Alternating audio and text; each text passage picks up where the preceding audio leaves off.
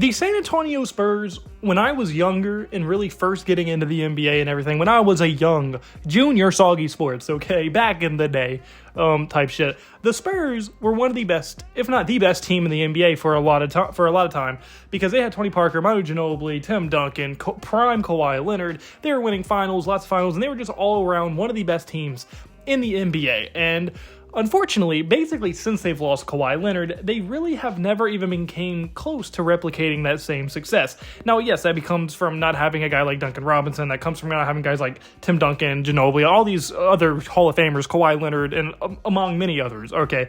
So they just struggled to acquire the talent they once had, but right now, it is looking like the Spurs are legitimately about to do that once again and become one of the best teams in the NBA once again. And in this video, I'm going to be getting into basically what has led them to get back to this point and all the moves they had to make that were significant of getting them back to this point. And then I'm going to be just getting into why I think this team has an extremely high ceiling going forward. So if that does sound interesting, please watch the video all the way through. Hit the like button, subscribe, and that's the word to me. And without further ado, without running on too much, let's get right into this video. And the first thing I want to do is just basically lay out the roadmap to how the Spurs began getting here. We're going to start from the very beginning, which was the 2020 NBA draft, where they selected Devin Vassell out of Florida State, 11th overall. And in my opinion, he is one of the most underrated shooting guards in the entire NBA for a very long time now. He is an extremely good two-way player. He has super high shooting potential, all-around great scorer. I think he almost averages 20 points a game just last year. And although he did start off this year not averaging 20, because mainly they got other new guys that can score more, and on top of that, he came in injured, so he's getting less minutes, and they're trying to work him in there. But Devin Vassell is an extremely good player, one of the more underrated ones in the entire NBA. He definitely does not get the credit that he deserves, and I think Devin Vassell went a long way of helping this team win games, and he is going to be a gigantic piece of the future going forward for the Spurs. And also in the same 2020 draft, they drafted Tre Jones. Now, Tre Jones has kind of been a unsung hero for a very long time on the Spurs team. He's just a true point guard. He can score, but that's not really what he does. He's more of a facilitator, things like that. And although he's not flashy, and although he doesn't fill up the stat sheet as much as some people can, he is still definitely an extremely solid player who has helped this team win games in the past and will probably continue to help them win games going into the future. And then the next significant thing, in my opinion, happened in 2021, where they drafted Jeremy Sochan and Malachi Branham, both in the first round, I am pretty sure. Branham might have been an early second, but I'm pretty sure he was a first-round guy as well. And mainly Jeremy Sochan is the guy that I want to focus on. I was actually not too high on him coming in. I wasn't low either. Like, I didn't think he was going to be a bum or anything, but I did not think he had a chance to be a super high-level role player, but that is exactly what Sochan has been. He is the energy of this team. He is kind of like the edge of this team. He's always talking trash, not afraid to get in someone's face. He's strong, athletic, can play defense, can also score the ball pretty efficiently. Still can't shoot the three for shit, but that's beyond the point. He's just very good at what he does, and he plays his role extremely well, and he's kind of the junkyard dog of this team, which every high-level team needs on their team, and I think that's exactly what Sochan's going to be going for a very long time with this Spurs team. And then on top of that, they got Malachi Branham. Now look, Branham, don't get me wrong, he has his problems, especially on the defensive end of the ball, and he's not even a super constant player in the rotation, but when he does get minutes, he can score off the bench and give you spot minutes that are valuable. And he's nothing great, but I do think he's good enough to be in this video. And with me already talking about the 2021 draft class, I figured I would also mention him as well. And now probably the most important thing that happened, and I'm sure everybody knows, was when the draft lottery hit and the San Antonio Spurs were selected to have the first pick in the 2023 draft, where they obviously selected a generational talent in Victor Wembanyama. Now, obviously, I don't need to introduce you to Wembanyama. He's one of the best shot blockers in the NBA and might be one of the best shot blockers in NBA history by the time his career is done, and he is only in year 2. He made an all-defensive team. He won Rookie of the Year. You know how good he is. He's a future superstar. He's already a star. The dude's a beast. Victor Wembanyama is going to be the face of the league probably one day, and he's already the face of the Spurs organization as of right now. So I think 100%, I don't really have to introduce you much to who he is. It's just I cannot emphasize enough how important that 2023 class obviously was for the San Antonio Spurs. And then the last thing as far as drafting goes, this year they were able to have a very solid draft, selecting Stephon Castle. Now, although Stephon Castle probably isn't leading the Rookie of the Year race right now, he is definitely in second place, probably behind Jarrett McCain. And there's a very real chance if he keeps getting the minutes he's getting and keeps playing the way he's playing, he is 100% going to be one of the better rookies in the league this year and might even win Rookie of the Year, giving them back-to-back Rookie of the Year selections, showing how how good the Spurs are at evaluating and drafting talent into their team. They're just extremely good. And he has now formed one of the best duo nicknames in the NBA with Area 51 with him and Wembanyama. And just overall, I think the kid could be a future star. He's probably their guard of the future going forward. And just overall, he is a huge addition to this team, is already paying dividends for the Spurs in just the rookie year.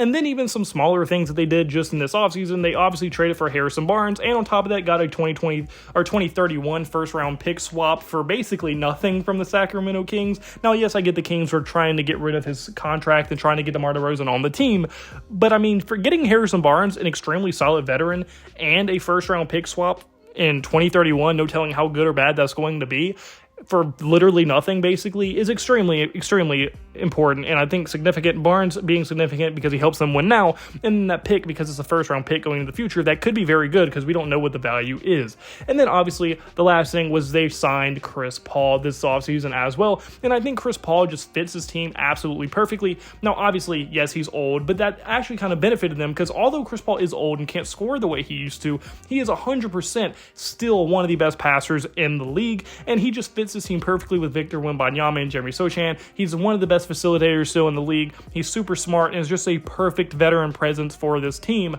to kind of lead them forward and really teach them how to win going forward. And I just think overall this offseason was extremely well. They've had multiple very good drafts to help this team move forward. And I just think overall these were the biggest, most significant steps into building what they currently have on this team. And now that I kind of got into how they acquired all these important pieces, I want to get into why I think they work so well together, starting with the leader of the team in Victor Wembanyama. Now, Wembanyama, obviously, on both ends of the ball, is completely dominant. He averages the most blocks per game in the entire NBA. He's tied for 15th in rebounding per game. And then on top of that, he still gives you 23 points per game. And by the way, he's only in year 2. So he's only going to get better and better and better as the years go on.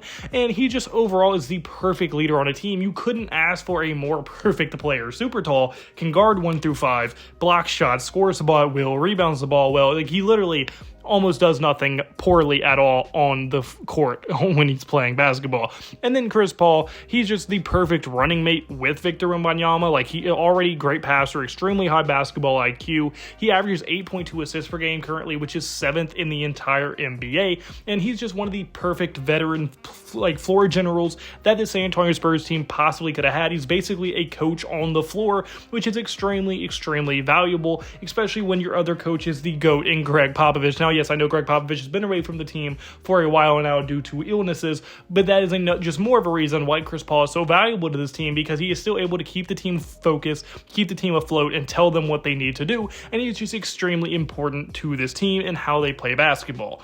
And then Stephon Castle, their rookie this year, like I said, has a chance to be the rookie of the year going into this year. He's 100% their future guard, and he's probably going to be a future guard duo with Devin Vassell going forward once Chris Paul retires, because he is getting up there in age. But in the last 10 games for Devin Vassell, he is averaging 15.5 points per game, 5.2 assists per game, 3 rebounds per game on 43% shooting from the field and 34% shooting from the three-point line. So he is definitely coming along. He's getting more comfortable. He's only going to get better, and he's learning from one of the best guards of all time in Chris Paul, and also, like I said, one of the best coaches when Greg Popovich, if he does come back, when he comes back, he's going to be learning from some of the best players and coaches of all time with the San Antonio Spurs, and he's only going to get better as time goes on, and he's already extremely valuable to this team. And then Devin Vassell, like I said, a great two-way shooting guard, can shoot the hell out of the ball, gives you 15 to 20 points any given night. He will probably be the starter for long-term going forward. Yes, he's coming off the bench right now, but most likely he is going to start for this team going forward,